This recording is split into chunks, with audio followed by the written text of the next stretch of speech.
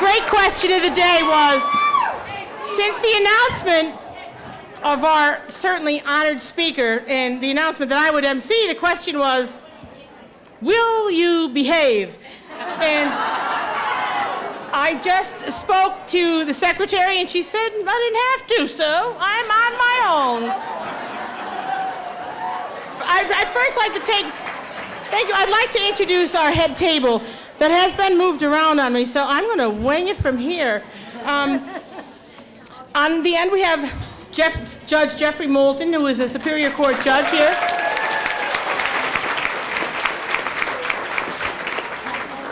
Well, somebody stole my sister. I hate to get a nun's name wrong.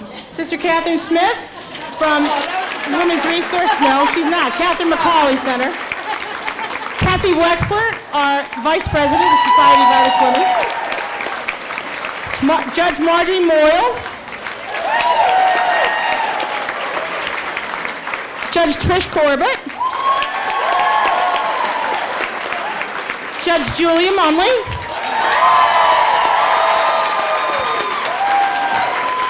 One of our co-chairs, Jane Shrive. Let's see, at the end we have a Common Pleas Court judge out of Philadelphia, Maria, oh my God, I was just, I know, well, I was gonna make a little Irish twist there, but I thought, you know those Philadelphia people, they're little, Maria McLaughlin, I'm sorry.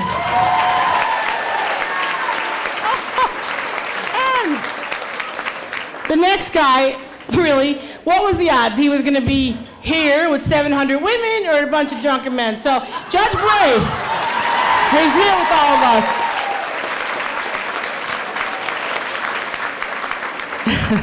Congressman Cartwright is just shaking his head like a rocking so. Well. You're just lucky, Congressman. And my man, Governor Tom Wolf. He's my butt.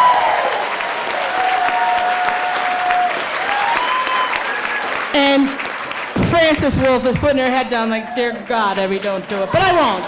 Yet. I'm good there, yet. One of our honorees, Mary Ellen Coleman, our Woman of the Year.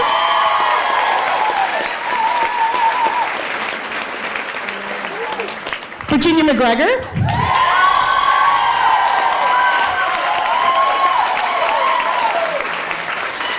And there's a girl up here from Court Street, from up at Lake Winola. She came home tonight to have some dinner with us. Honored.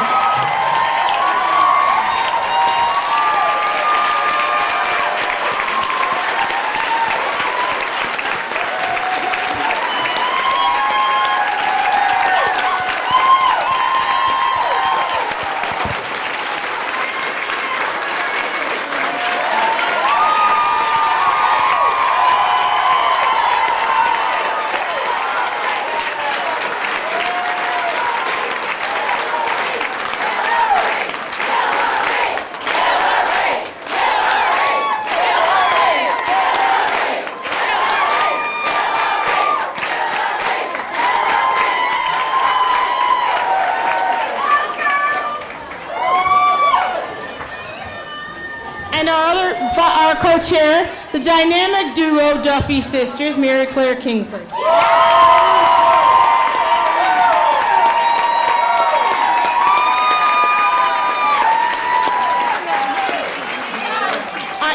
I'd just like to take a few minutes to acknowledge these two ladies who are our co-chairs this year. They've done a lot of work, and it's worked hard. It's been a year-long struggle and just the setting up. We just kept growing and growing. The event started growing. We were in a second room. And they kept the best secret of the world. I have to tell you that. They really did keep a good secret. I have to tell you a little bit about Mary Claire Kingsley. Mary Claire is retired from the Scranton School District, and any of you who received a paycheck, she was your payroll clerk. Her husband is Gerard, and he's here tonight. She has 3 children that are here tonight, and if you just want to stand up, just so that we can pick on you as you're coming out. And his wife, Marion. Kelly and her husband, Luke. Where's Kelly? I don't see. Oh, Okay, but where's Luke? Oh, Luke's working. Luke's working in the corner. Hey, Luke. Look to... And her daughter, Kim Kingsley, who we put to work tonight again. But Kim is one of our former speakers here at the Society. Thank you very much for coming back. But there are two more people. Elijah and Shamira. Would you guys stand? Because you're here to honor your grandmother, and I'm proud of that. Thank you. And now, I went to Mary Claire first because I went in order. She's the oldest of about 42 Duffy kids from over in St. Anne. Really, I'm not kidding you, there is. Jane, she currently works in the Scranton School District. It's nothing to do, like, you get a job in the school district, why not? Her husband, Dennis, where is he? He's right here in his green tie. And she has her 3 sons. Jason is here. If there's a problem with the toilets, Jason is the guy from the sewer authority. He'll take care of that. Jason and Jennifer. Eric, stand up. He said, don't even bother picking on me. Mr. Penn State and his wife, Carly. And they have 4 grandchildren, and they're not here tonight. But pardon? Jeff, you won the prize. I'm sorry. Yeah, that's nice. She told me you were the favorite. You are. I'm sorry. Jeff and Stacy, I had your name there. I just forgot you. Sorry. I got all wrapped up since there was no proper introduction to me. Oh, good God, I'm hot. Anyway, I'd just like to ask ladies if they wanted to come up. Can I have your attention, please? I will stop eventually. If you would like to, I'd like to listen to the women, ask the co-chairs to come up and give an official welcome. Thank you.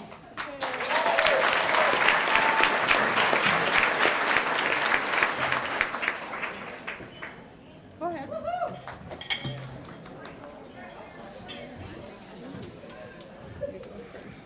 Am I going?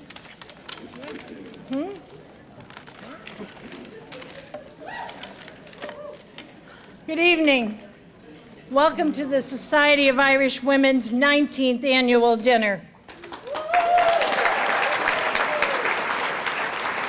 My sister Jane and I, we're honored to be co-presidents of a society that celebrates the many accomplishments of women. We would like to acknowledge all of the women here tonight for your courage, your determination to make this world a better place for all of us.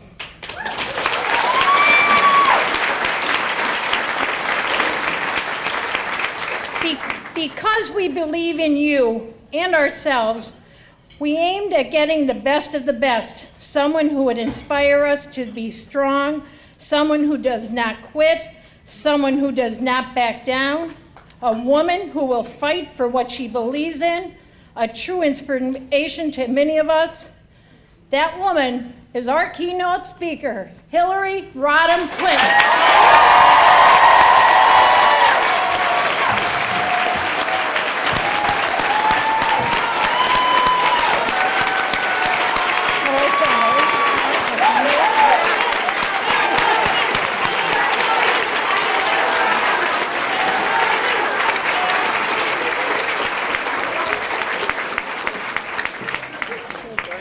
Secretary Clinton, we are grateful that you accepted our invitation, and we are so happy that you are spending your St. Patrick's Day with us. Tonight we honor you, your courage, your dedication to this country, and to giving women a voice all around the world.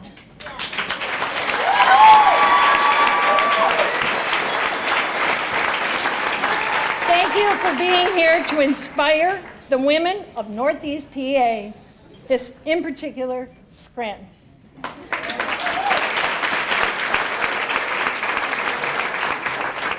We are humbled to have Governor and Mrs. Wolf, along with Congressman Matt Cartwright,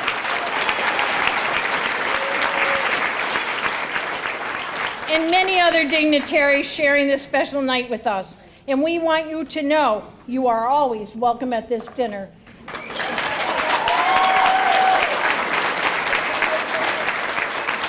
Virginia McGregor, thank you for all that you have done to make tonight possible.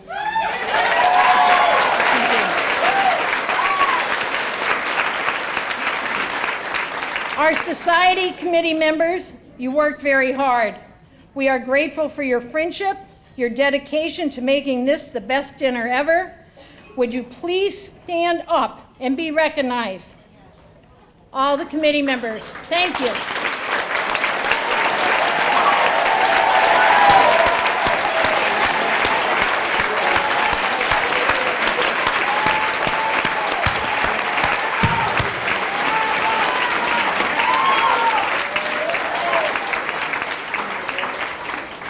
Last, but certainly not least, we want to thank our amazing family, our sisters who love this dinner as much as we do, especially having wonderful memories of our mom being here and how much she enjoyed being Irish, parade day and wearing her green and meeting all of the wonderful speakers.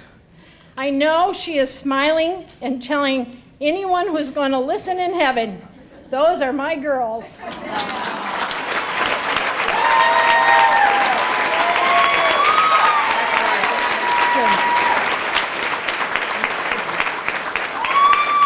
To our amazing nieces, I hope we can start a new, the ones all waving. Here we are. I hope we can start a new family tradition because these are the moments where memories are made. Thank you for supporting us. We love you.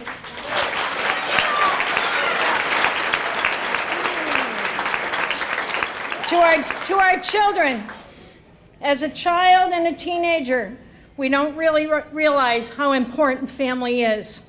We all go along for the ride with our parents, and then suddenly it clicks. And one day, you just realize how being together with your family creates some of your most important memories.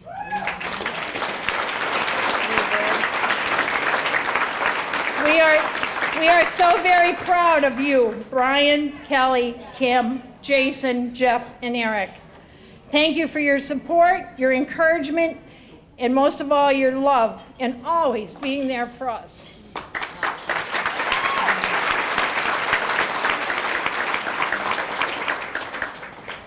To my son-in-law, Luke, thank you for your leadership, your support, and your attention to every last detail tonight to make this a fabulous event. I love you.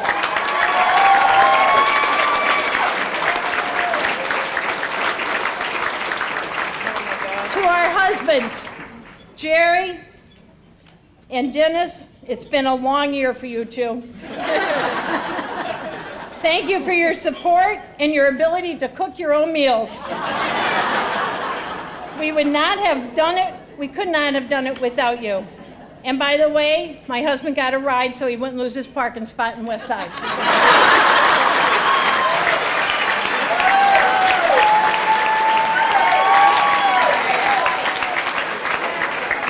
And finally to our dad, who is home getting ready for a regular Saturday family breakfast of 30 to 40 people, who turns 90 on the 23rd of this month. We love you, Dad.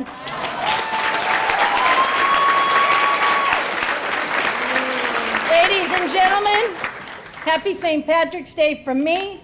This will be a night to bring memories that you will never, ever forget. Thank you. Thank you. Go ahead.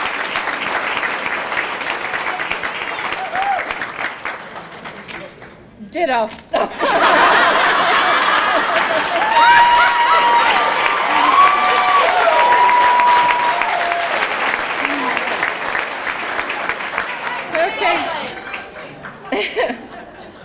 Good evening, ladies and gentlemen, Secretary Clinton, society members, family, and friends. For those of you who don't know me, I am Jane Duffy Shrive.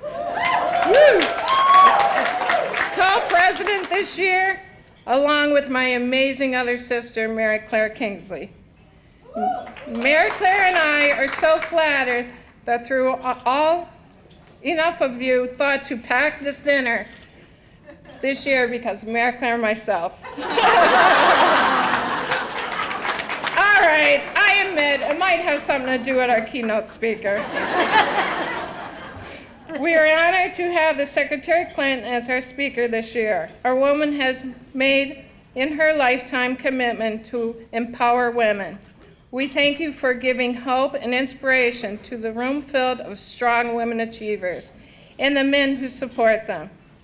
Secretary Clinton, tonight we honor you.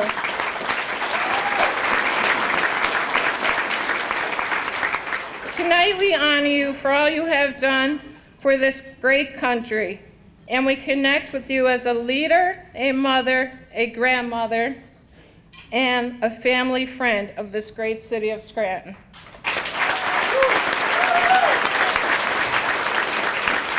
Thank you for helping us celebrate our Irish heritage tonight.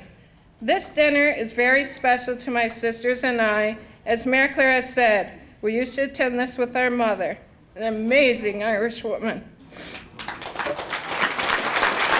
Mary Duffy.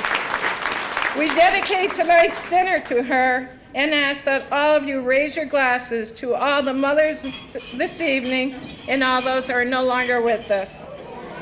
Salute.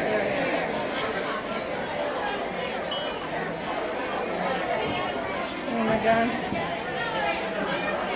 Our society is known. Our society is known for this annual dinner, but we do so much more.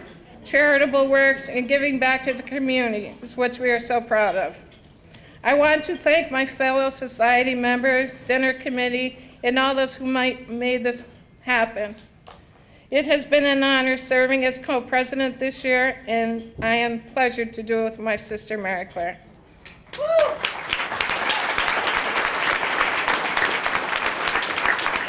Thank you again, Mary Claire, for all your hard work and effort that you have put into this dinner. Last but certainly not least, I would like to thank my family for all your love and support this year and always, with a special thanks to my wonderful husband of 35 years, Dennis Shrive.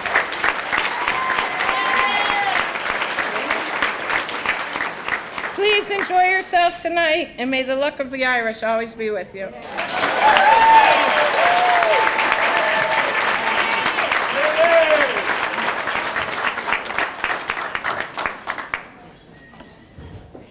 Thank you. I was just, when we were talking about whether Evie would behave, and I will until she leaves. But I told her that before. She's like, you're not looking at me run out. I'm like, no, but I just want to let you know as soon as you go, well, they're bringing me one over. So I am. So I just want to tell you, Madam Secretary, I just said to her, and I think she took it the wrong way. I'm like, I could die like now, like this is it, like you reached the peak. And she says, and like this is it. Like, what do you want? Like, you are breaking bread with me.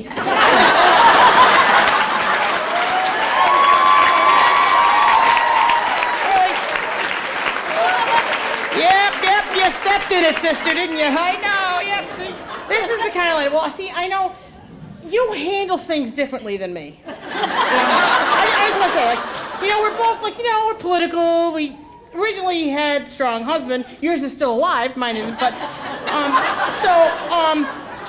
but, you know, like, I don't know that I would have taken a couple of quiet walks in the middle of the woods. You see, I'd be walking through and I'd be, sorry, sister, but I'll tell you right now, I'd be letting everybody have it. You, no, so that's where we differ. That's where we differ, but you truly are, you have shown us how to carry on with grace, class, and dignity, and I just want to...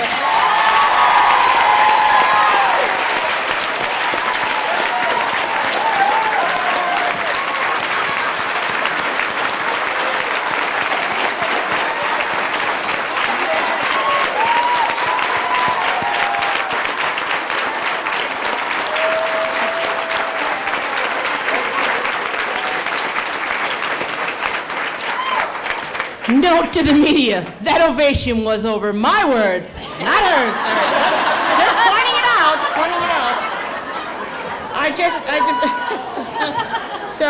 I want to reiterate again, Madam Secretary, Northeastern Pennsylvania and Scranton, we have always been there, always will be, and we are your village, always will be.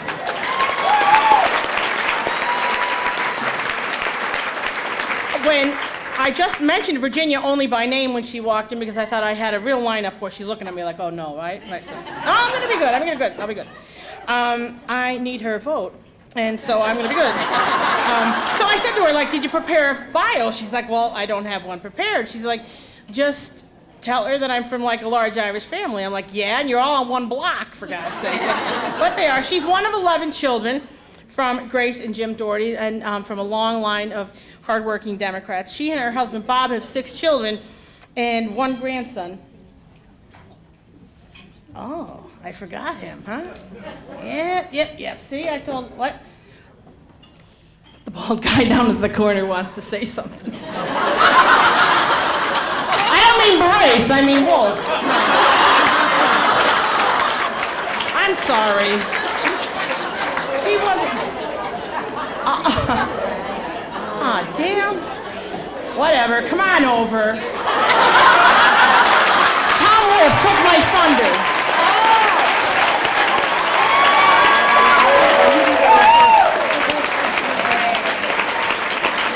I really didn't, that was a mistake. I always cited with that standing Yeah, ovation. she did that on purpose. She did. I'm pretty sure. Abby, really, it's really nice to be here, and I know that I'm the only thing, well, there are only a few of us standing between you and the speaker tonight, but I just wanted to say how pleased I am to be here. This is something that I have been to before this event. It's an event that inspires, enlightens. I also love to be insulted by Evie. Yeah. But it's also great to have Secretary Clinton come home to Pennsylvania, isn't it?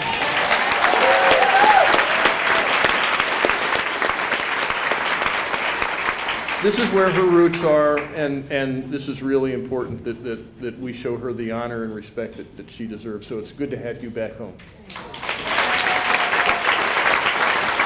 And speaking of roots, it's also great to have, now I know the senator isn't here, but Matt Cartwright, strong roots here in Scranton. And you know, they are fighting really hard for us in Washington. It's not easy, but they are standing tall for Pennsylvania and for all of us right here. That's really great.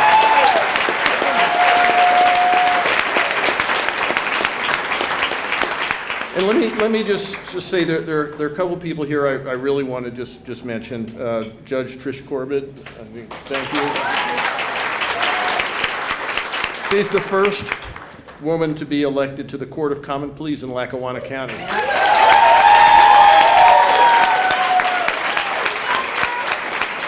Abby Spiker, successful CEO. I mean, this is really something right here in Scranton. Evie McNulty, a close personal friend of everyone in this room, and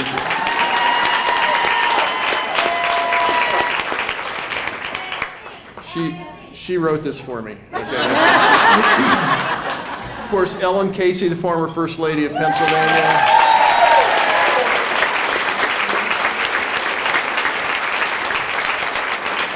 Evie ruined this by already calling it Virginia McGregor. It's great to be here with you. Donna Barbetti is here. Donna over there. Diane Baldy, founder of Hospice of the Sacred Heart, who has grown her company. This is a Scranton story from one employee in one location to over 100 employees in 3 locations all across Northeast Pennsylvania. So I come here to really, I wasn't kidding, I come here to be inspired, and how can you not be inspired with stories like those, the people that I just mentioned. And it's great to be in Scranton. Scranton is a place that values cultural traditions, values fairness, values the very things that made America and Pennsylvania great, the things we celebrate when we have people like Secretary Clinton run for high office. So, Francis and I are both very proud to be here with you. Thank you for making us feel so at home, except for her. I Other than I really got worked up with that standing ovation. It's good to be back. Thank you very much.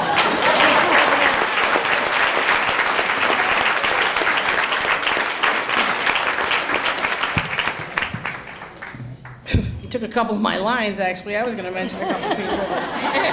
So I really, in the time that he delayed me, I love him, don't get me wrong. But by the time in his delay, Virginia probably had another child. She's like one of 72. No, really.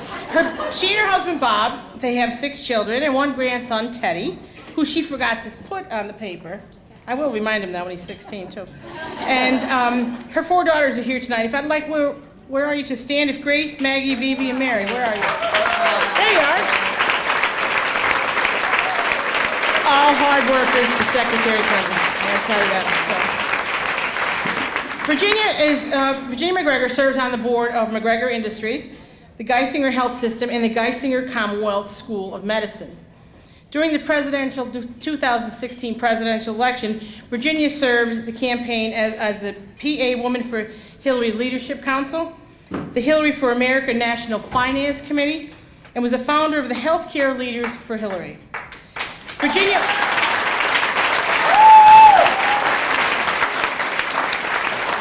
Virginia was a tireless advocate and surrogate for Hillary Rodham Clinton, which is proven by the close relationship she shares today with the Secretary. Without Virginia McGregor, Secretary Clinton would not be here tonight, ladies and gentlemen.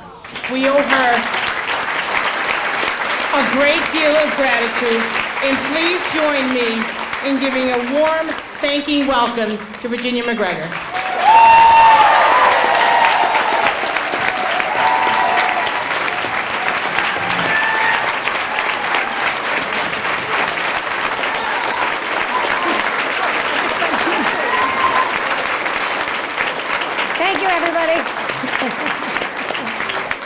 You know, I always get a little nervous when Evie is warming up, and I happen to be the warm-up act, so thank you, Evie, for that kind introduction. And I really want to say a special thanks to Mary Claire and Jane for your incredible hard work tonight. I mean, really, look what's going on here tonight. I mean, if our parents and grandparents were alive, and we told them that the governor of Pennsylvania and the Democratic nominee for president were coming to Scranton to speak at a St. Patrick's Day dinner, they would have thought we were up at Genetti's Manor at the men's dinner, instead of where it's really happening, right here.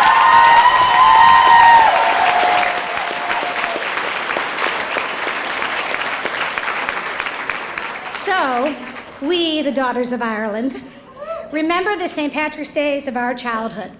I will never forget the excitement of watching my father and 4 brothers go off in their black tie finery, while my mother, 6 sisters, and I would huddle around the radio, waiting for the hour when WEJL would broadcast the speeches. But no matter where we sat, we always felt a message of hope and gratitude for the resilience and the strength of those who came before us. And tonight, as we sit in this room, in this very room, it is no different. You know, in explaining to my friends what St. Patrick's Day is all about in Scranton, I simply tell them that it's our version of an antidepressant. It isn't something that you buy over the counter. It's something that you're born with, and that if you're lucky enough, you have a friend who is Irish. It's definitely contagious, and it's something that should be shared.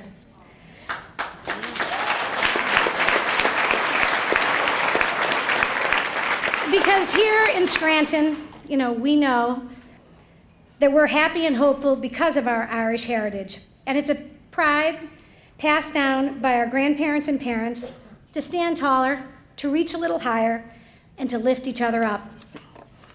We share joys and we share sorrows.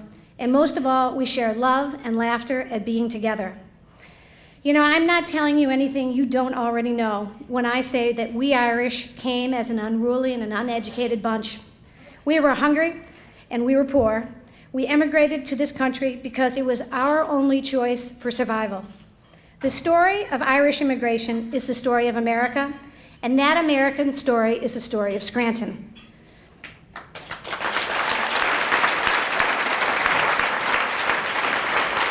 So whether you're Scottish like the McGregors, or Welsh like the Rodhams, or Irish like the Dohertys, you came here looking for work and you found it.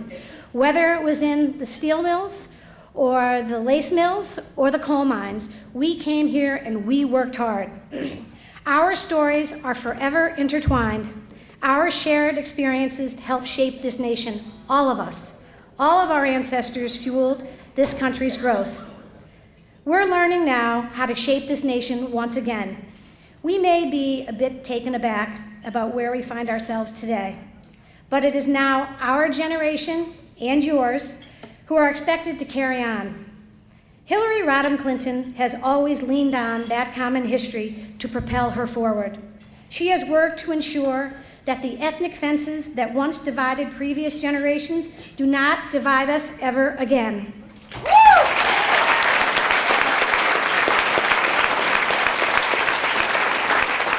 Few people with Northeastern Pennsylvania roots have ever accomplished what Hillary has. She has always defined herself by the hard work and the resilience. She has that scrappy Scranton tenacity inherited by her father, Hugh Rodham. Look at just a few of her accomplishments. As First Lady, she opened the national discussion on healthcare as a human right. As United States Senator from New York during 9/11, she shouldered the task of rebuilding New York City and keeping our country safe. She set a new standard as Secretary of State by renewing bonds with our allies and building bridges with countries previously overlooked.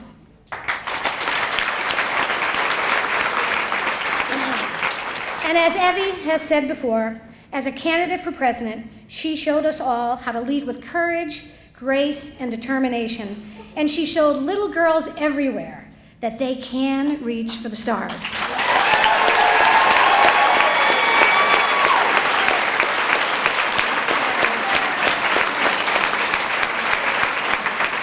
And so, Hillary, I leave you with gratitude and one last nugget of Irish wisdom.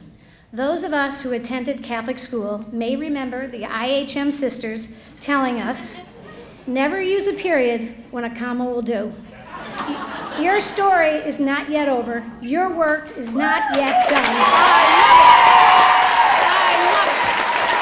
And because of our shared history, wherever you go, we will be with you. And we will always be so proud of you.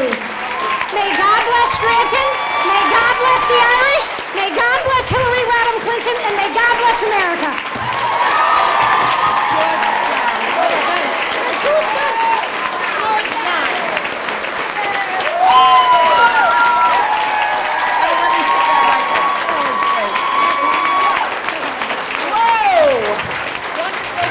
Wonderful is exactly right, Evie.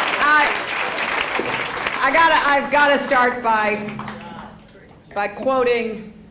Me? Go ahead. No, I'll get to you in a minute. I'm going to quote Jane. Ditto. Ditto. We've had so much inspirational and passionate discussion already. The people who've already spoken, I'm feeling a little bit, a little bit worried.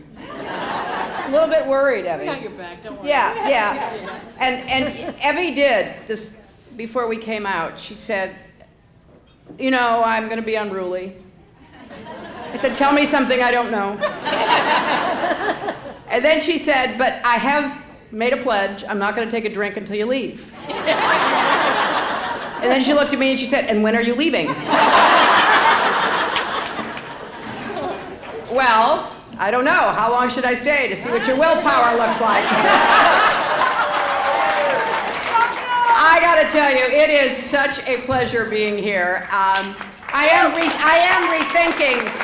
rethinking my strategy, though. The walk in the woods stuff maybe didn't work as well. Gotta get it off. Yeah. Got to get it off. Got to vent, so I know where to come, right? I'll teach you a couple of words. I'm ready.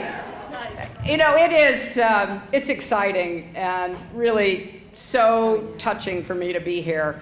I want to thank Virginia, having her and Bob and most of her family here tonight. They are such great friends and have been so supportive to me and to important causes here in Northeast Pennsylvania and beyond. And I'm just so grateful to you all. The McGregor family, as many of you know, has a long and distinguished career here in Scranton. But, you know, as Virginia just said, it wasn't foreordained. There was a lot of hard work. And that's what I think really joins all of us. I want to be really the first to congratulate the co-presidents for what will be not just a successful, but an amazing dinner.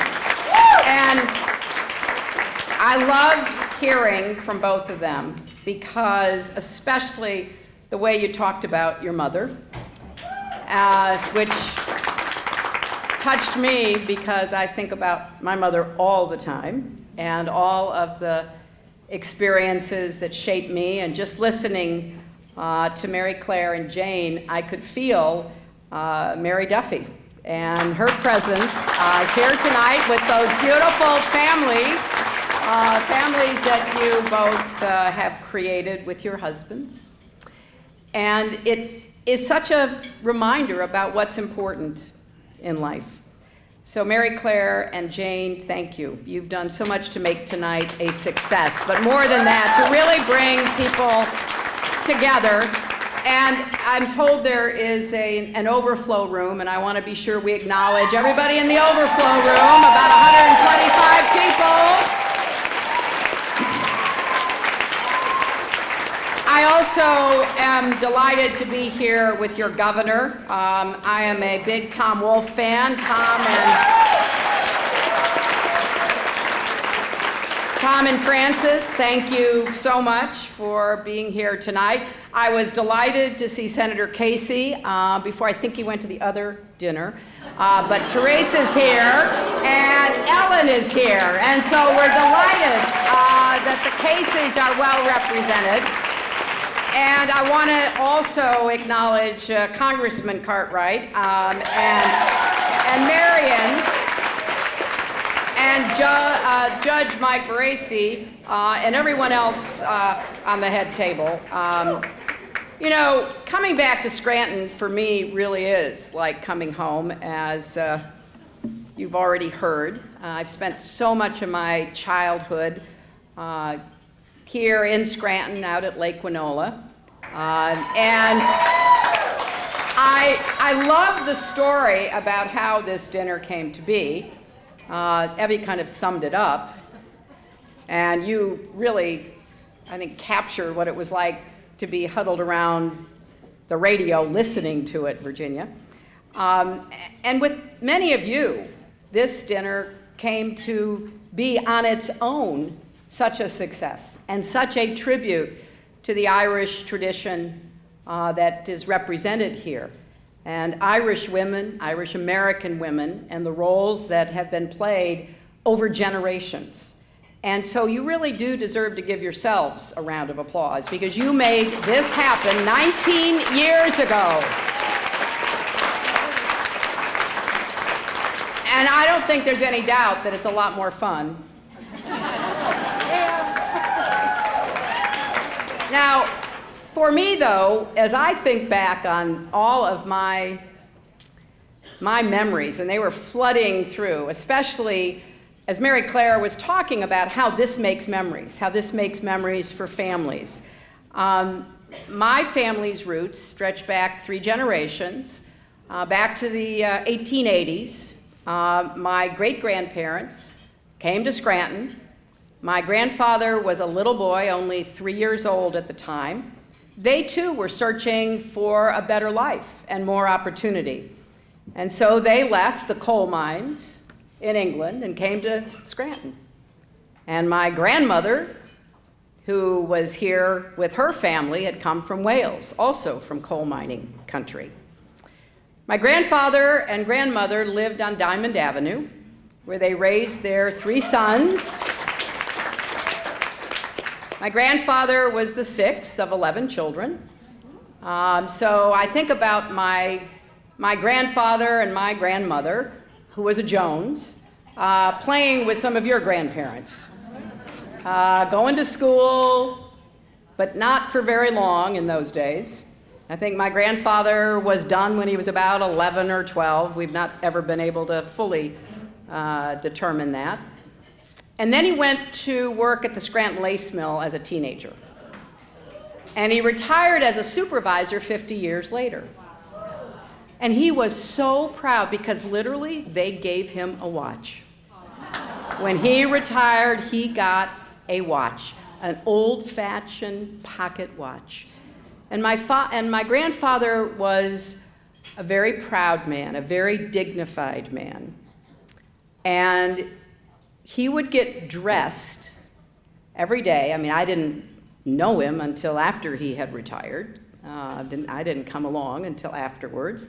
But he would get dressed every day and he would wear that pocket watch. And I've got some memorabilia from the Scranton Lace Mill, some of them as a result of people here, the Historical Society giving me copies.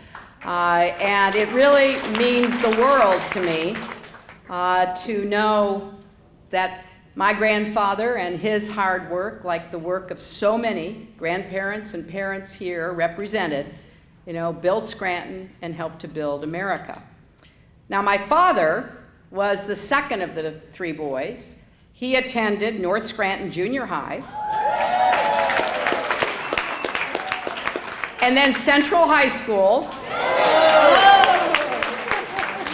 where he played football. And I know we got a Penn State Nittany Lion here sitting in the very front. And so my father, he wasn't sure what he would do when he graduated from high school.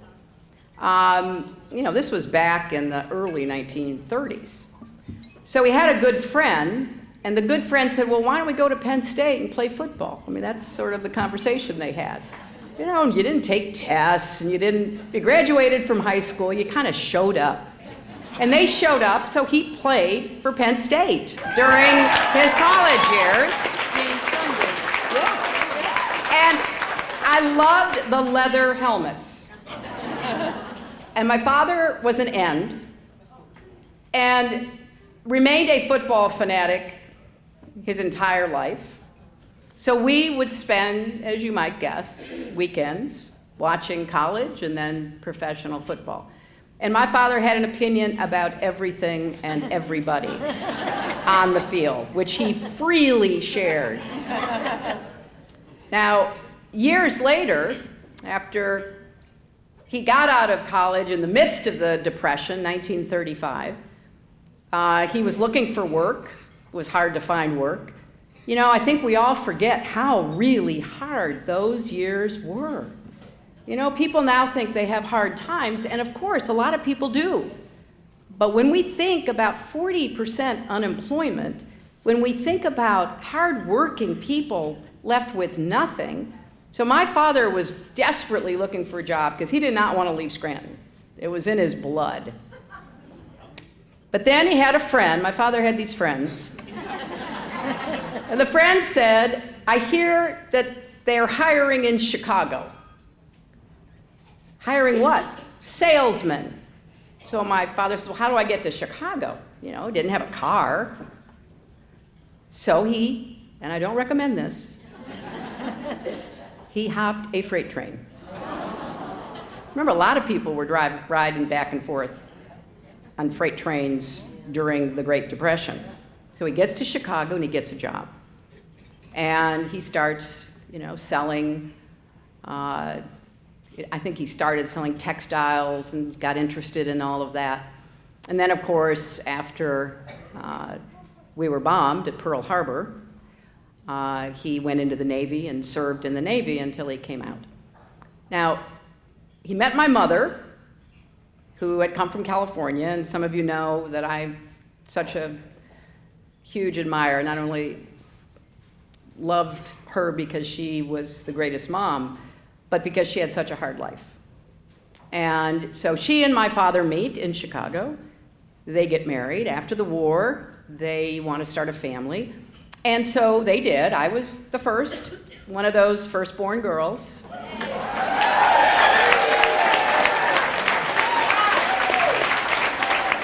I now have a firstborn granddaughter, and boy, do I sympathize with my mother. So my father, all during the time he was working in Chicago and after he got out of the Navy, he would go back to Scranton every month. You know, see his mom, his dad, his brothers, his friends. And when we were born, starting with me, he took us back to be baptized, to be christened in the Court Street Methodist Church. And so when, you know, my brothers, I have 2 younger brothers, were born, back we came, but we were in Scranton a lot. We spent, you know, a number of Christmas holidays in Scranton, but in particular, we were making those memories out at Lake Winola. And it's funny because there's just something about Scranton. You don't hear people whose families grew up somewhere, or maybe where they spent summers or Christmas, talking about those places as much as people who are connected to Scranton talk about them. You know, think about it. So, I mean, you know, Joe Biden and I, we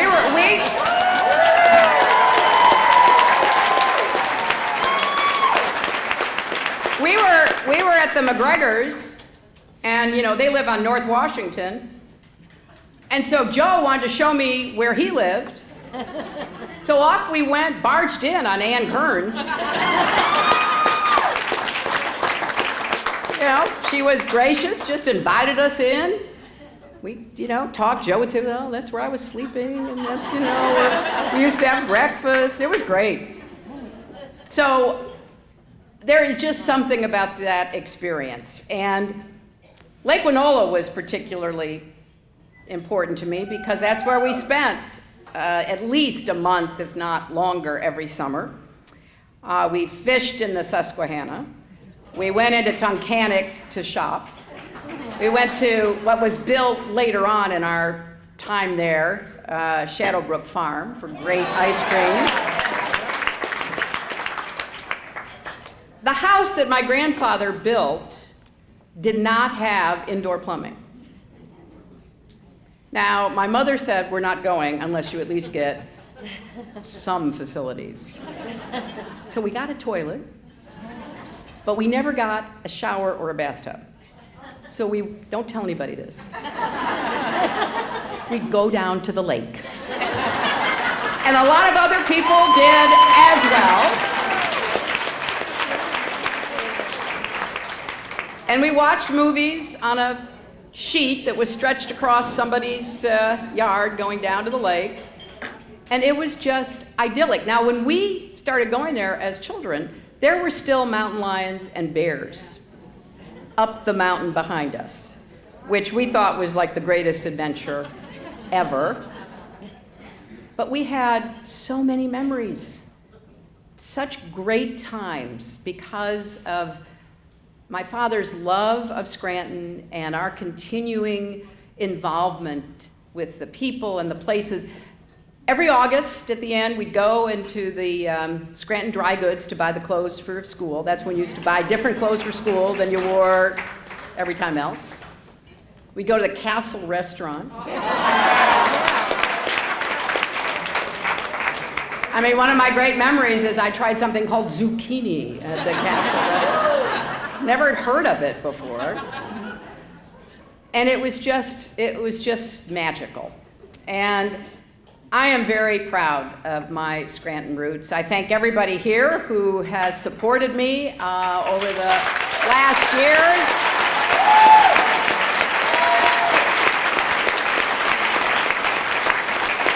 And I am even more devoted to Lackawanna County than I was before. I want to say something slightly serious, and that is, you know, our country seems so divided right now. I do not believe that we can let political divides harden into personal divides. And we can't just ignore or turn a cold shoulder to someone because they disagree with us politically. We've got to keep trying to listen to each other and to reason together and try to work to help people have better lives going forward. And, knowing I was coming here tonight, and I'm like a lot of my friends right now, I have a hard time watching the news, I'll confess.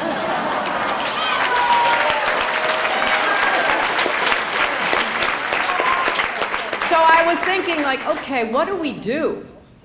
Walk in the woods. No, you can only do so much of that. But I thought about another group of Irish women that I've had the privilege to know over the years. The women of Northern Ireland, who came together at a time of real violence and bitter conflict. Troubles that should put what we feel into a much clearer perspective. I was really honored to get to work with and know a lot of these women. First, when I was First Lady and supporting the peace process that my husband got started and that George Mitchell and others worked to bring to completion. And then as a senator from New York, working hard to make sure it continued. And then as Secretary of State, working with the political leadership. But I'll tell you that the women were the ones who really captured my heart. Because starting in the 90s, I began learning about what some of them had done on their own. I just tell you the story of one. Joyce McCartan, a Catholic mother whose 17-year-old son had been shot dead by a Protestant gunman. All told, Joyce lost a dozen family members in the Troubles. But I've rarely met someone with such indomitable courage. She refused to retreat into anger and grief. Instead, she began bringing together Protestant and Catholic women to sit down and actually talk with each other. And she called it teapot diplomacy. So on one of my trips, she invited me to join her, and we sat at a small table at a fish and chips place, drinking tea out of an old, dinged-up aluminum teapot. And as we sipped our tea, the women told me how they had worked together over years to try to forge some common understandings and commitments. They may have attended different churches on Sunday, but they all said a prayer when their husbands and sons went off to work or out for the night. The deep-rooted causes of the violence touched all of their lives. And in the end, for so many of them, it was love of family that led them to stand up and say, we want peace. We want peace because we are tired of being afraid. We want peace because we want good jobs for our kids. We want peace because we know that together we can forge a better future. And so they did. And I was so proud to see them in the forefront of the efforts to try to bridge those deep divides. And of course, you can't ever quit. You've got to keep working to bring people together. But that's why I ask us tonight. If people like Joyce and others whom I got to know so well could do it, what can we do? What can we do to try to bring people together and to try to find that common ground, even higher ground, sister, so that we listen to each other again and we know that we can make a difference?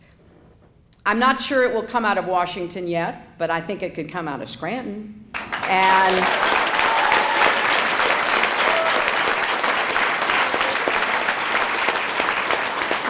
let's find ways to do that. And I am ready to, come out of the woods.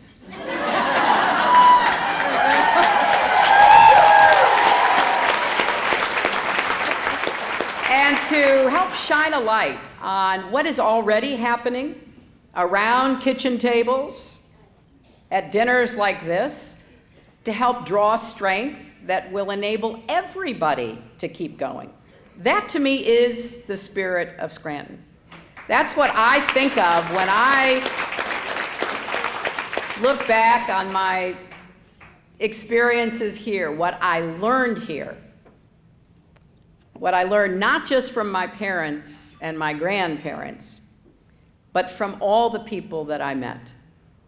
The kind of indomitable will, not just to survive, but to thrive. An openness to try to understand what could be done even better than it was yesterday. And I am convinced that that is the spirit of Scranton, and it is that spirit that will lift us up here, across the Commonwealth, and across America. And let's remember that as we leave tonight. May the road rise to greet us and to make that happen. Thank you. What a honor. So great. You were wonderful. Oh, that was so much.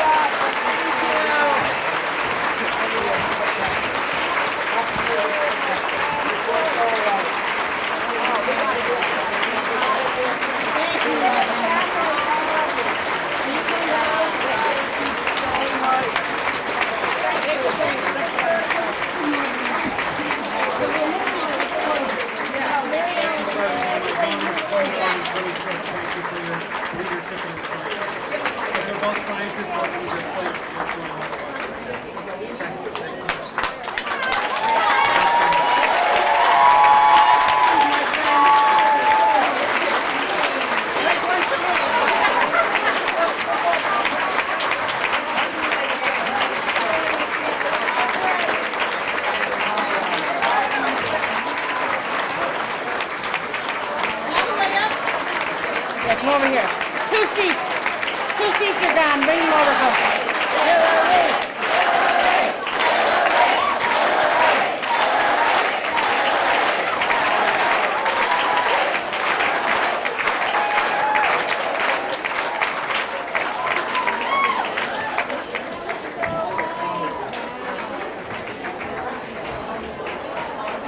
Okay, I'll have a crown and diet now. Can we bring two up to the front table, please?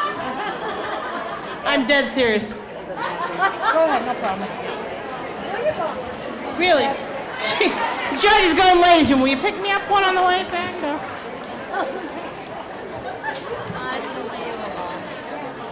Bring the governor a little closer to me, would you? I won't pick on him.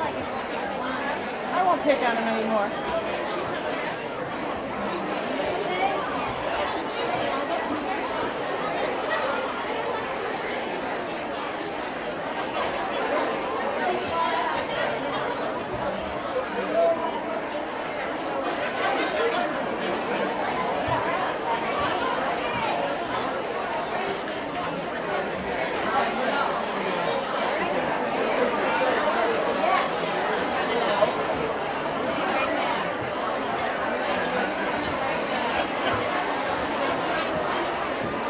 All right, we'd like to ask everybody to please take your seats so we can continue with the program.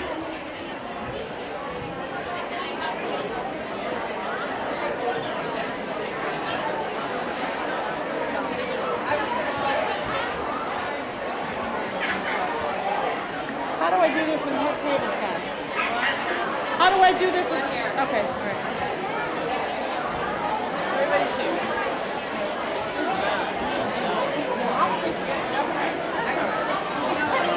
She comes over and puts me aside. You can have her now.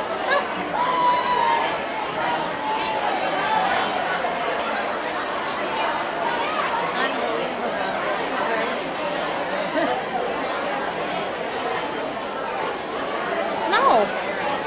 Can you give me a whiskey and diet? Yeah, me too. I didn't know what I'll put it up here. Thank you. Whiskey diet? Yeah, 2 whiskey diets. Thank you. I'm thirsty. She's going, yeah. All right.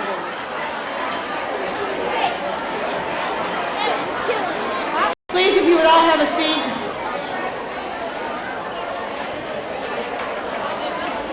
Thank you. Okay, I'd like to move on with the program, please.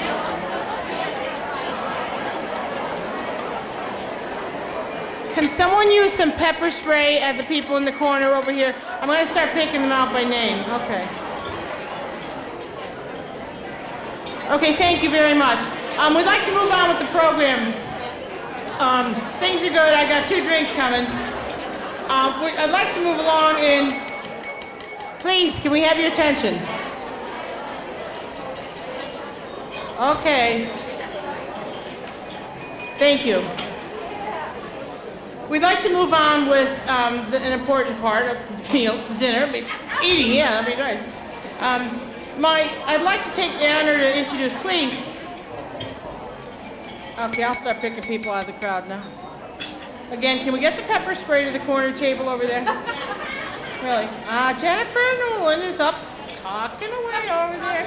And the lady next to you, I won't pick out by name, but I will. Okay. Here comes Judge Baracey. How about that one? Baracey. He didn't care because it was a woman calling his name anyway. What did he call him? Yep, Judge Baracey, can you sit down? Are you ready? Okay. When the governor's just eating, don't even look my way, Evie. Really, I'd like to have, okay, now it's time for prayer, for God's sake. Zip it!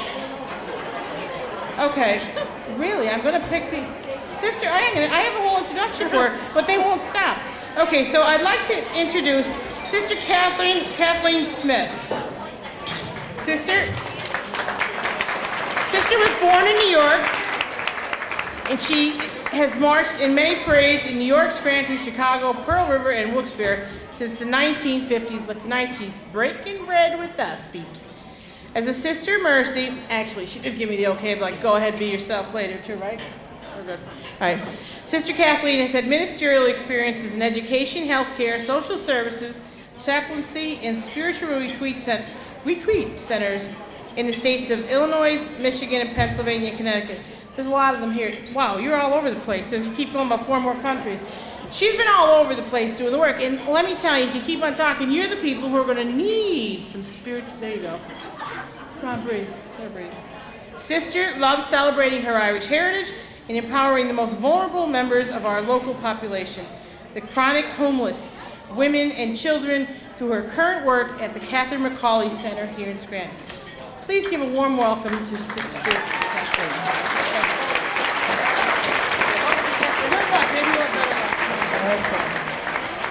Thank you. Here we are in the middle of Women's History Month, ready to make history. Haven't we done that? And we're more than ready to eat and to celebrate and honor our strong Irish heritage. Grateful that I proudly stand here raising a sacred golden shamrock to proclaim our faith in the Trinity as St. Patrick taught. 3 leaves on 1 stem. Please join me in giving thanks to our Almighty God, the Creator, to Jesus, our Redeemer, and to the Holy Spirit who inspires our thoughts and actions. Let us thank God for all our ancestors, especially our moms and dads and our grandparents who passed down the faith to us. That same faith proclaimed by St. Patrick, who courageously walked his ways about Ireland because he knew it was first important to witness to and bless those in leadership at the Hill of Tara. So then he could freely share the faith with all the people of Ireland. Dear God, bless us tonight.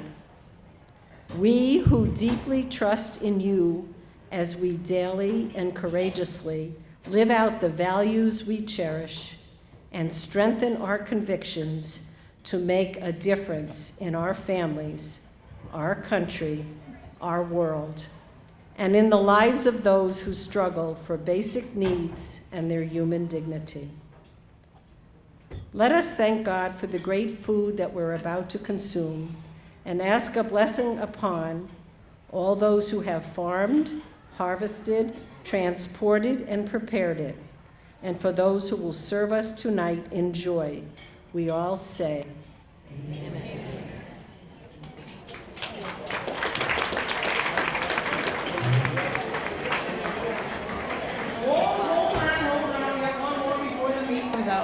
Oh, you could eat it, by the way. Her boss said so. Well, Bishop has given us a absolution. Or what's it called? Absolution? Yeah, right? Or is that for my sins? How about sister? She's not paying an ounce of attention to me either. Can we ask our president, our 2016 president, Michelle Mushno, please come up for a toast?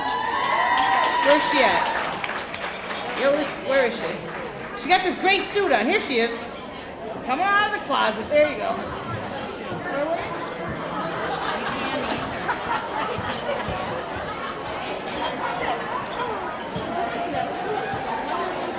Okay, everybody, this is the toast, so please raise your glasses. Hopefully they're filled. If not, do the water glass. We're gonna do the toast. Okay, may there always be work for your hands to do. May your purse always hold a coin or two.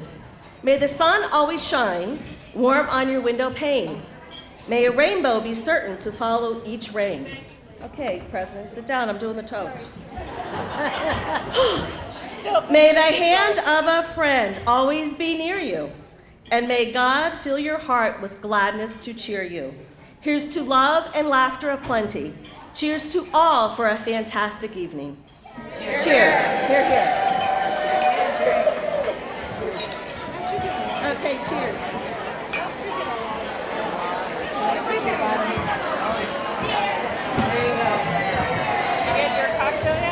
No, but should I just let them go? And then after they eat, acknowledge the people or not? Because they'll be serving.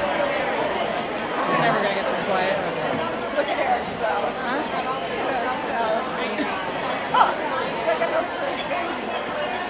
Go get your money. All the members of the head table, please come up to the front if you're going to be up.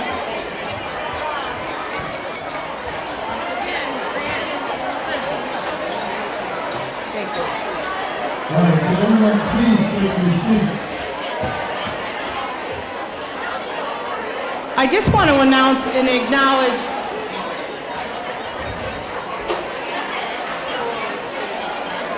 please, ladies and gentlemen, there are other guests in the audience I'd like to acknowledge.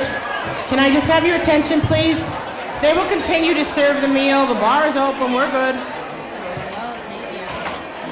I'd just like to ask the following people who were speakers in previous years to stand up, and when I acknowledge them, that they took the time to come back here tonight to be with us. We appreciate their devotion to the Society of Irish Women, and they've been here over the years, and we're 19 years and strong, and it's because of the strong ladies that are here in attendance tonight. Jill Doherty, 2008. Amy Wilson, 2001. Pia Ferrario, 2003. Annie Culkin, 2004. Ken Kingsley, 2005. Ellen McDonald, 2006. And Judy McLean, 2010. We also have some other distinguished members in the audience I'd like to acknowledge. And our 2008 honorary chairwoman, and former First Lady of Pennsylvania, Mrs. Ellen Casey, is here.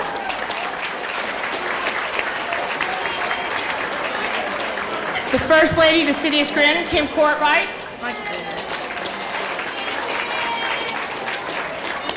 And another lady who fought a hard fight, never forgot, and found out where Lackawanna County was from, and is here again this year.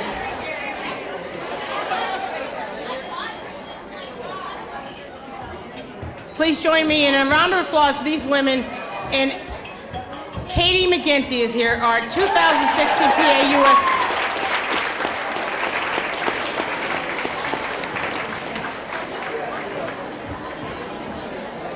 We have this, I don't know, second lady, do we say? The second lady, Tanya Stack is here, the Lieutenant Governor's wife. Tanya Stack.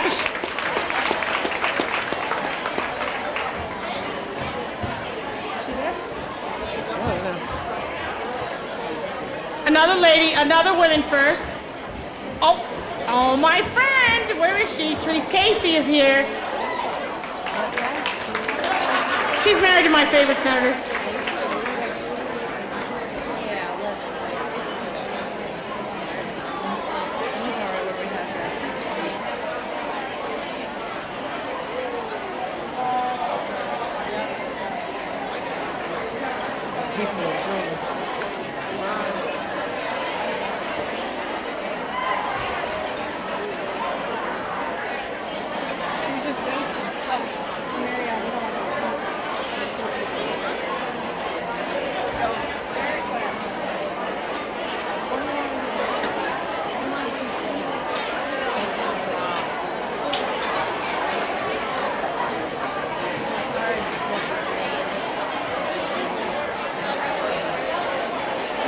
I was, but I wasn't. So before you come up, I will.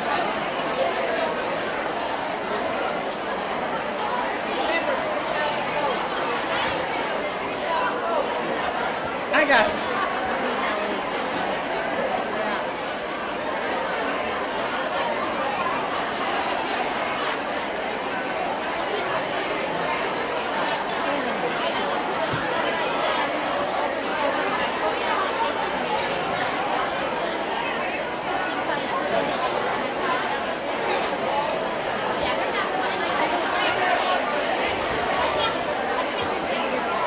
Why can't you eat? Why don't you sit down and eat? Okay, thank you. Thank you. Thank you, thank you, thank you. Please, can we have your attention, please? We'd like to move along with the program. Bar's still open, we're good, but there are some tables that are about to be fed eventually. Hang on there, baby, you're getting the food. I just wanted to we wanted to move the program along. We're still gonna eat, drink, be merry. That's the kind of stuff we Irish do, right? Judge Brace had to leave. He got a little nervous. I was gonna give his address out, so he left. And I just wanted to point that out. Actually, I told him I was gonna start doing it, and he left. That table behind you, Mari Kelly's table. I'm gonna have to start picking you out. Hello? Is it Mari Kelly's? Is that Mari Kelly? Oh, that's not him. No, Mari's over there. Okay. I thought that was your brother-in-law over there. Okay. Thank you. If I can have your attention, please. We'd like to move along with the program. But we won't until it's quiet. Thank you.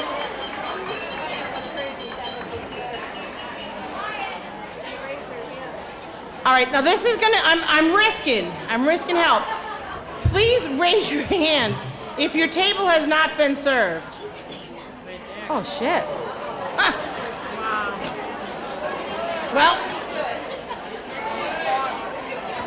it was good. It was good food, yeah. It's pretty good, so they're working. There's room service. It's kind of bunch up with room service. We're good, okay. So our next item, that was bad. What can I tell you? What was I supposed to do? Okay, whatever. Huh?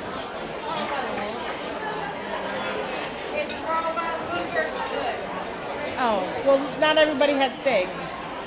So, okay.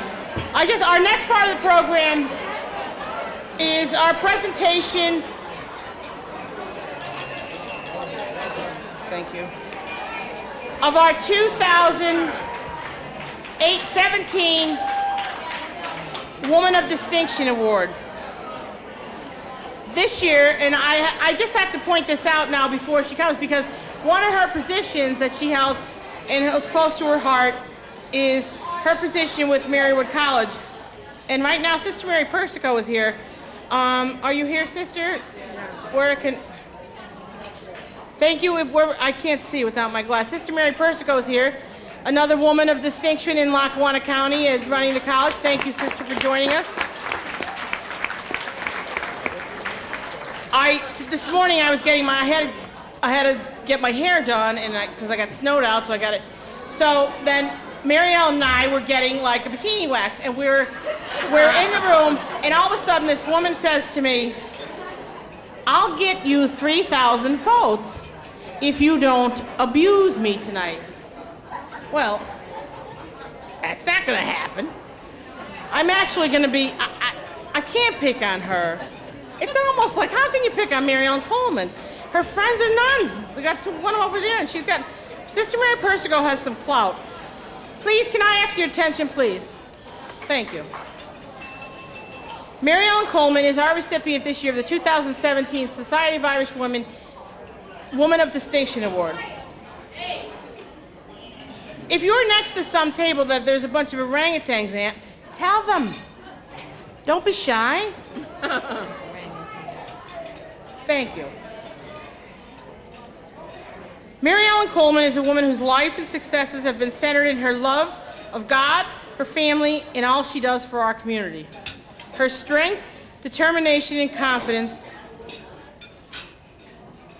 were developed early on through the loving and caring mentorship of her father and mother, Edward Red Coleman, former Recorder of Deeds, and Eleanor Coleman. Faith and trust in God has provided her with the strength and determination to make things happen in her professional career. In her service to the community, in her support of these organizations and enterprises that touch the lives of others. Her service to her community includes the Greater Scranton Chamber of Commerce Board of Directors, serving in various capacities, and being the first woman to run the organization in its history of 125 years. She's a member of St. Joseph's Center Auxiliary and are you current president? Former president. Maureen. She's a member of the Marywood University Board of Trustees.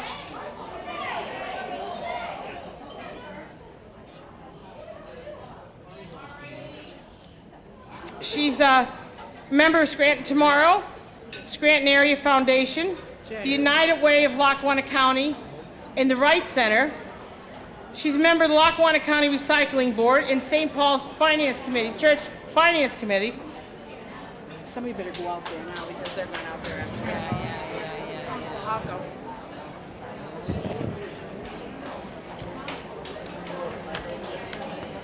Only at an Irish function.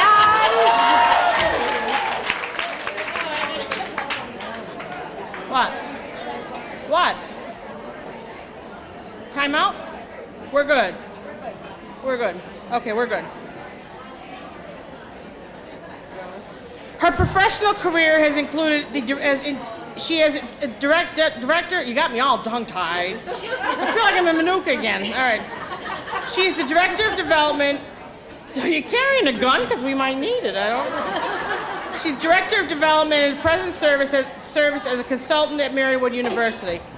On a national and professional level, Mary Ellen has spent more than 25 years in the out-of-home media industry.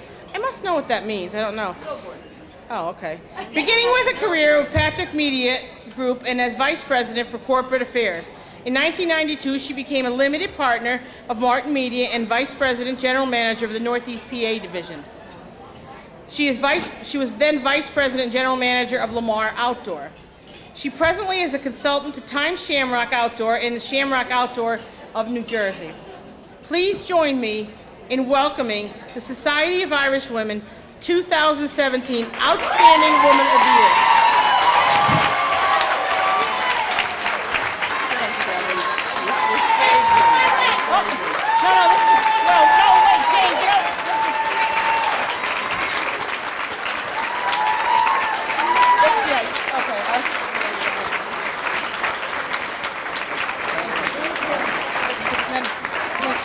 We'll get the flowers.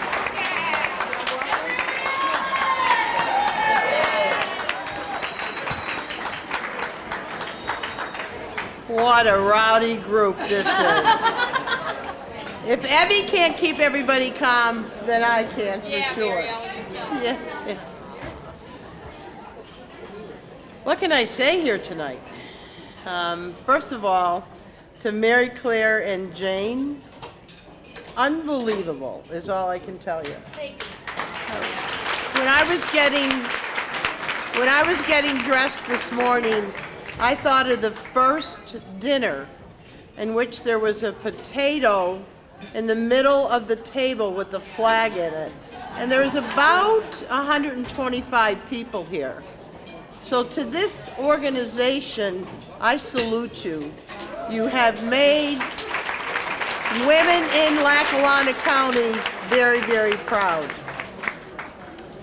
I have to thank my friend Evie. I did see her at Sanderson Place this morning, and I was roasted several years ago. And once you're roasted, you try to bribe the Toastmaster so nothing bad happens. So I thank you, Evie. We've been friends forever. She paid for my hair. I also told her that if she didn't roast me, I would get her 3,000 votes. So if everyone would help me to achieve that goal, I would appreciate it.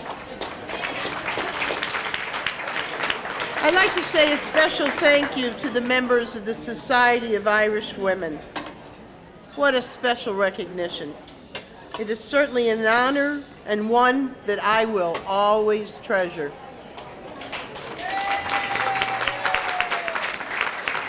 Very rarely would one say that I am speechless, but such is the case when in the present today of the former Secretary of State, a woman of great courage, wisdom, and dedicated service to our country and to the people of this great nation, Hillary Clinton.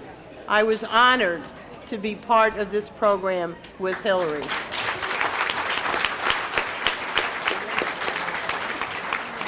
We are strong women of purpose and conviction, women who are the heart of families, women who raise the children who are our future, women who sacrifice work and are dedicated to making possible a better life for all. Each of you within this celebratory venue are all women of strength and purpose. This award is yours, ladies, not mine. It's yours.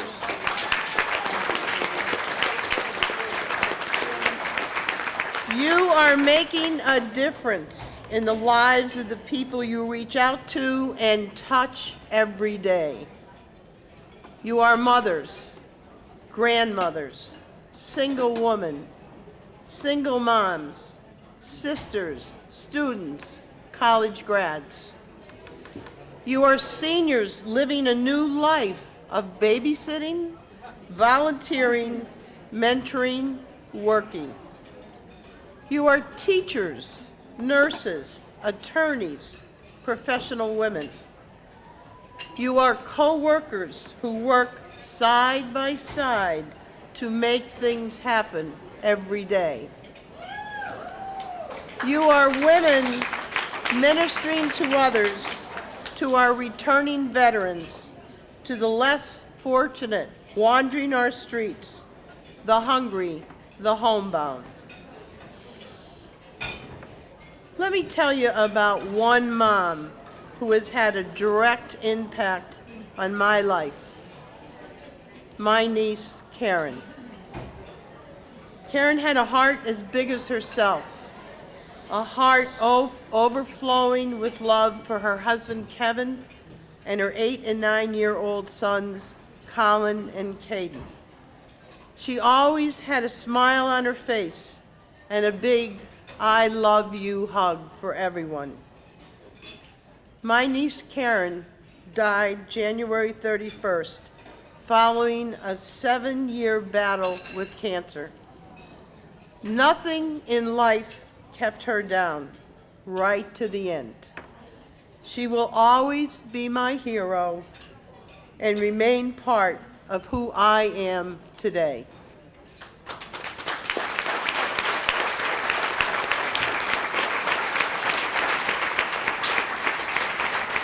Anyone who has ever worked or has ever known me, and especially my family, my crazy family, know that my priorities in my life are extremely simple. It is God, family, and everything else. I was blessed to have been raised by a mother and father who worked throughout my life in helping to try to bring out the best in me, and they worked very hard at it. The best in me as a person, a student, and what it truly means to be called a friend. I have been blessed in having 3 brothers, Bill, Edward, and Bob, all big teddy bears, and 3 warm and loving sisters-in-law. I am also blessed to be surrounded by 9 nieces and nephews, as well as 12 great nieces and nephews. And ladies and gentlemen, they are my life. I also have a multitude of cousins and friends that are with me here tonight, and I thank you for that. Before closing, and I hope you're saying, oh, thank God she's finally closing here. I would be remiss if I did not applaud a woman who has truly made a global impact on all of our lives.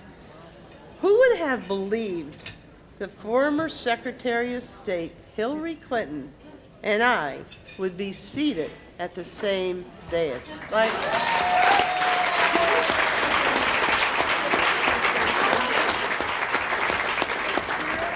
Ringing true today as it did when she spoke the words to millions of TV and radio listeners throughout the world. She said, and I quote, "To all the little girls who are watching, never doubt that you are valuable and powerful and deserving of every chance and opportunity in the world to pursue and achieve your own dreams."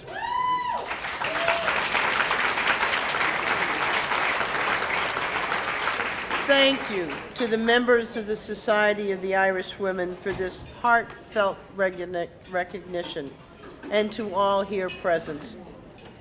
Let us continue to persevere, to love, to respect those who dare to dream, to always dream our dreams, and truly to live our dreams. Thank you, and God bless you.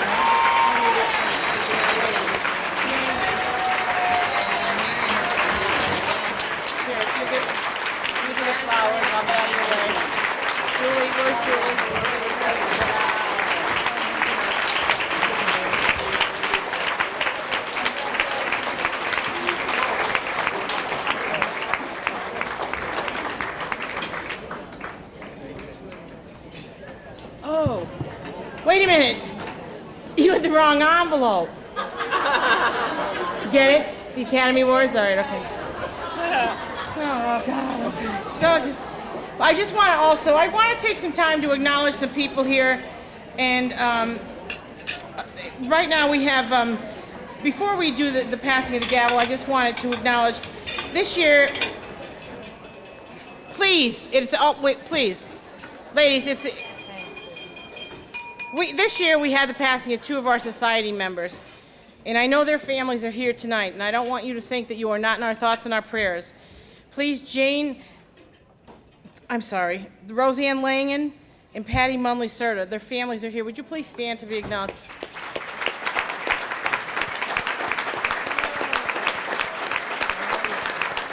Thank you.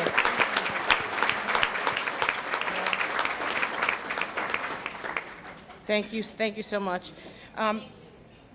But there are a lot of people here that need to be acknowledged for some of the work that's gone on, and it's been a tough year, and I was going to ask all the members to stand up. Of course, someone stole my thunder. They stood up. But Jack Martin is here, and he was here. He's been singing with us for 18 years. Frank Jones, who is Patty Jones's son, he's done a wonderful job singing tonight. Thank you very much. The Black Diamond bagpipe. I did only had one drink, too. The Black Diamond Bagpipers were here. This is their 19th year with us. When we started, it was a big issue the first year. They were like, oh, well, we got to go to the Friendly Sons. But so some of them came down here. So now they split it and they go to both places. Or they split the time and they go to both places. The Valley View Choir here the chorus was here, and that was under the direction of Gina Pascalini. She was here. Thank you very much for your support. Voice of the Valley. Huh? Voice of the Valley. Oh, they're the voice of the Valley. Yeah. Oh, I thought you were. Well, sold yourself. So, before we're going to have the passing of the gavel, but there's a few other things that, and I'm just going to say, I don't know where, table 17. Where's table 17? Okay. So the person at table 17, whose birthday is closest to today, will have a overnight stay at Mohegan Sun. Oh, nice. So, there you go. There you go. Bring the judge down there for a little loving, sister. Go for it. All right. Now, also, the centerpieces on the tables are a gift from the society to the person, again, whose birthday is closest to today at each table. Now, I know this probably isn't something that we need to even think about, but I want you to keep in mind that if anybody needs a ride home, whatever, or a get out of jail card, we do have a judge. So, right now, Mike thought I was going to announce where he lives, so he left. So right now, we'd like to have the passing of the gavel to our new president, please. So I'd like to ask Jane and Mary Claire to come up, and our incoming president, Kathy Wexler, please.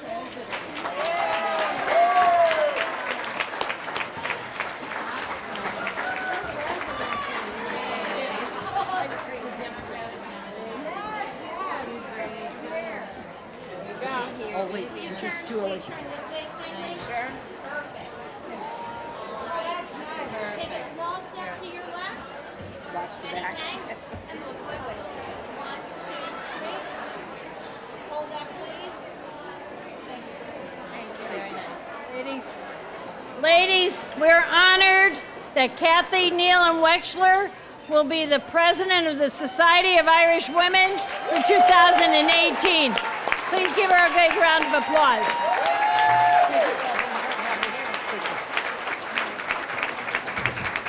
Wow, what a night. How can we ever compete with this? But for our 20th anniversary next year, we're really going to try. I want to thank Mary Claire and Jane for all the hard work they did. We really have to commend them that this is such a wonderful, wonderful event tonight. They worked so hard and spent so much time on this event. And again, thank you so much for coming. As Evie said, if anyone needs a ride home, please talk to one of the society members with the sash, and we'll make sure we get you a ride home. And please mark your calendar for March 17th, 2018, when we will have our next meeting. And I just have to say, I don't use Nealon all the time, but Francis Patrick Nealon, my dad, is really proud tonight up in heaven.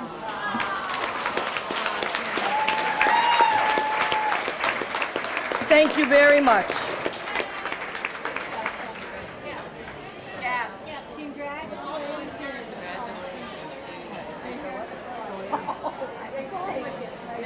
If you'll know that in front of the podium there are frogs.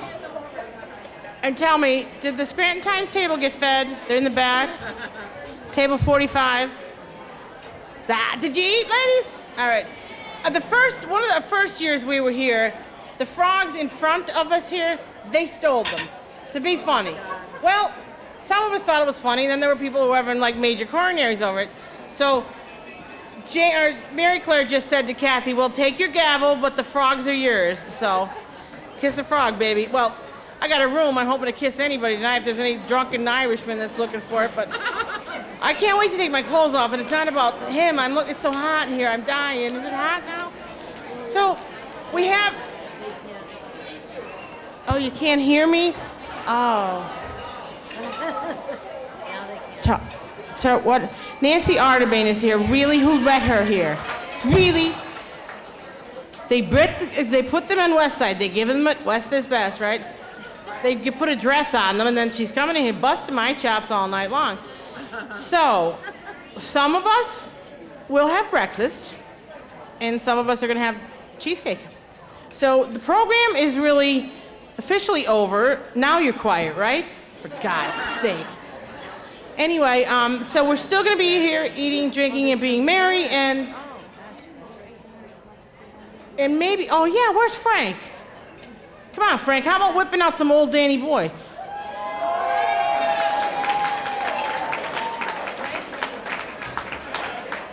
Huh? Frank is. Not me, huh? So maybe you'll cry and then be quiet. Come on, Frank.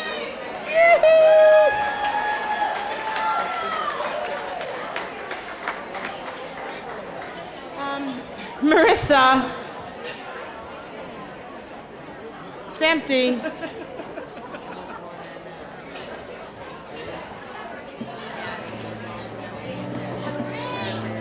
Woo. Woohoo. Turn it up. Oh, Danny boy, the pipes are calling from glen to glen and down the mountainside. The summer's gone and all the roses falling.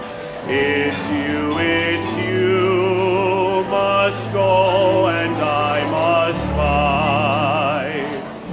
But come ye back when summer's in the meadow, or when the valley's hushed and white with snow. For I'll be here in sunshine or in shadow. Oh, Danny boy, I love you so.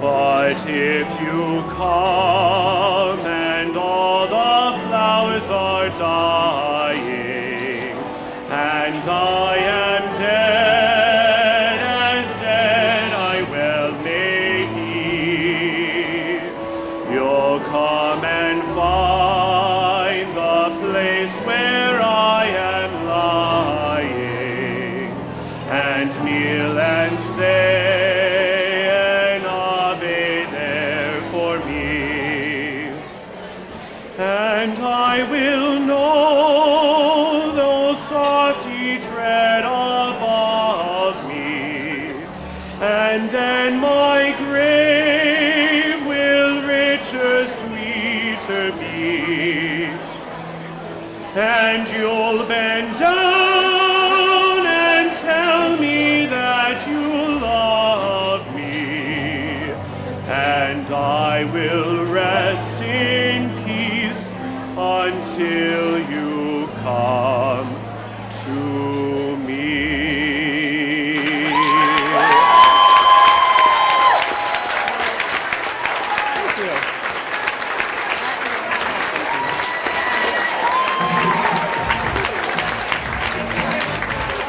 So I'm going to ask Sister to do, well, they have benediction. There's still the desserts are to come. There's cheesecake, and the bar is open. So now you don't have to be quiet. But wait for 1 minute. Sister, come on up. It's all yours. What?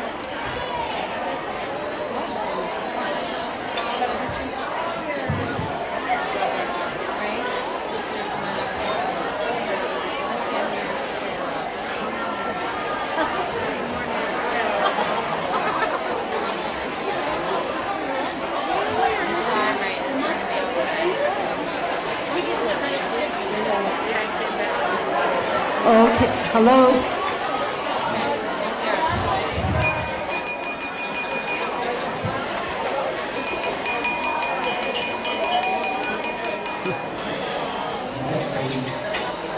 And now to end this wonderful time together, may I offer you the blessing that we all know so well. May the road rise to meet you. May the wind be always at your back. May the sun shine warm upon your face. And may the rain fall soft upon your fields until we meet again. May God hold you in the palm of his hand. Amen.